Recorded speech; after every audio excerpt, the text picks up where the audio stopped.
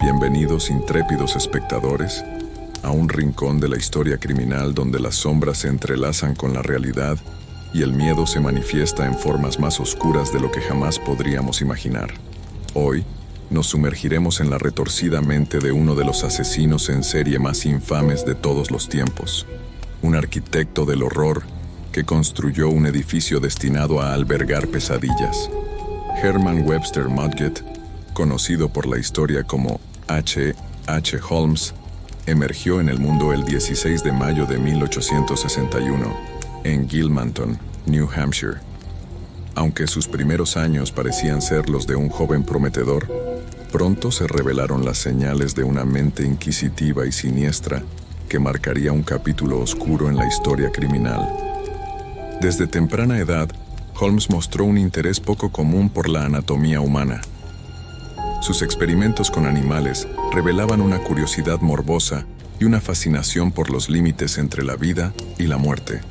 Esta peculiaridad pronto se transformó en una obsesión más inquietante cuando, durante su adolescencia, se le acusó de robar cadáveres de la morgue local.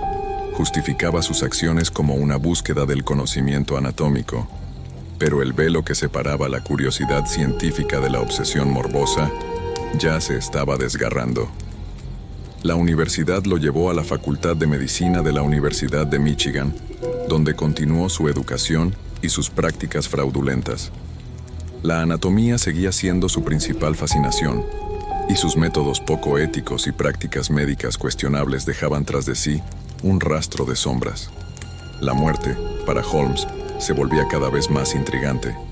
Tras obtener su título en 1884, Holmes se trasladó a Chicago, una ciudad que en aquellos días estaba floreciendo. Pero detrás de la fachada de progreso y modernidad, Holmes comenzó a trazar su plan maestro. La construcción del Hotel de los Horrores, conocido como el Castillo de Holmes, fue su proyecto más ambicioso. Un edificio diseñado no solo para albergar huéspedes, sino para ocultar los horrores que se desarrollarían en su interior. Holmes aplicó su astucia para adquirir la propiedad ubicada estratégicamente a pocas cuadras de la futura Exposición Mundial de Chicago en 1893. Durante la construcción, puso en práctica una táctica única y siniestra.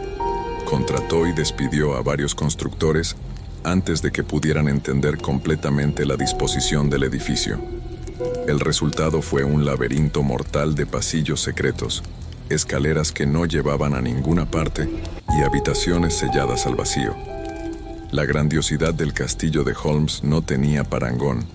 Los pasillos eran como venas que serpentean por el cuerpo del edificio, llevando a las almas perdidas hacia su destino final. Las escaleras parecían caprichosamente dispuestas, y las habitaciones selladas eran cámaras mortuorias, listas para absorber la vida de quienes se aventuraran en su interior. La apertura oficial del hotel durante la Exposición Mundial marcó el comienzo de la siniestra carrera de Holmes como asesino en serie. Promocionó su hotel como un lugar moderno y cómodo para los visitantes, pero detrás de las puertas se ocultaba un carnaval de horrores. El diseño del edificio facilitaba la caza de presas desprevenidas, y las trampas mortales esperaban en cada esquina. Las habitaciones selladas al vacío privaban a las víctimas de su aliento vital. Las cámaras de gas ofrecían un final rápido a aquellos que caían en las garras de Holmes, y el crematorio, como un monstruo devorador, se encargaba de eliminar cualquier rastro de aquellos que se atrevían a cruzar su umbral. El hotel no era simplemente una estructura, era una entidad viva, sedienta de la muerte que Holmes traería a sus ocupantes. La primera víctima conocida fue Julia Smythe, una mujer que trabajaba como secretaria y amante de Holmes. Tras descubrir los oscuros secretos de su empleador, Julia huyó con su hija, pero Holmes, en su sed de control, la persiguió y finalmente la llevó a la muerte, marcando el inicio de una serie de asesinatos despiadados dentro de las sombrías paredes del castillo de Holmes. A lo largo de los años, Holmes continuó con su carrera criminal, acechando principalmente a mujeres jóvenes. La complejidad de su estructura laberíntica hizo que la investigación de sus crímenes fuera aún más desafiante. Las autoridades, al intentar descifrar la disposición del edificio y determinar el número exacto de víctimas, se encontraron con un rompecabezas que desafiaba la lógica y la cordura. La siniestra existencia de Holmes llegó a su fin en 1894, cuando fue arrestado por un fraude relacionado con una compañía de seguros. A medida que los investigadores profundizaron en sus actividades, la verdad aterradora detrás del castillo de Holmes comenzó a emerger. Aunque fue condenado por el asesinato de Benjamin Pitezel, un cómplice en sus estafas, el proceso judicial reveló la magnitud de sus crímenes. Durante su tiempo en prisión, Holmes se convirtió en un objeto de fascinación para periodistas y escritores. Ofreció confesiones cambiantes y contradictorias sobre sus crímenes, pero nunca reveló completamente la verdad detrás de sus oscuros actos.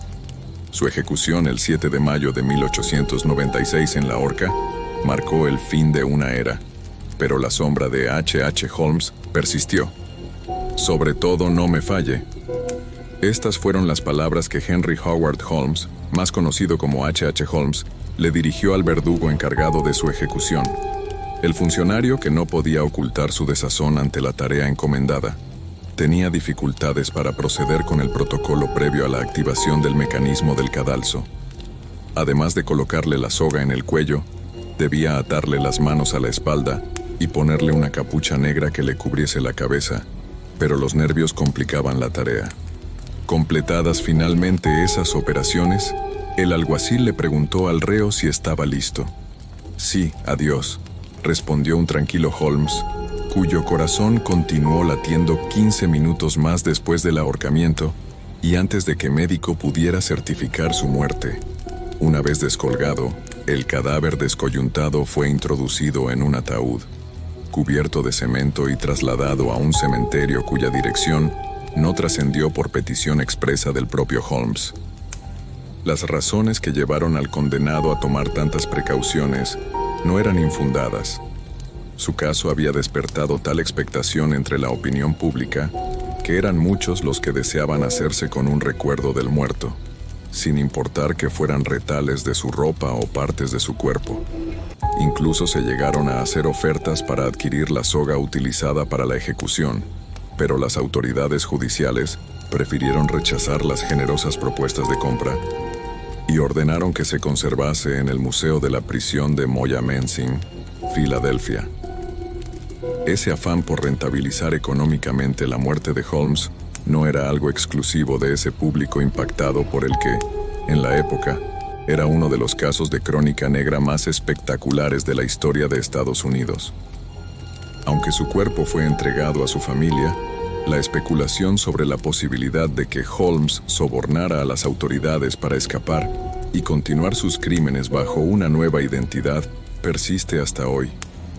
La historia de H.H. Holmes es un recordatorio aterrador de la capacidad de la mente humana para descender a las profundidades más oscuras y de cómo la búsqueda del conocimiento y el poder puede llevar a un abismo de destrucción y desesperación.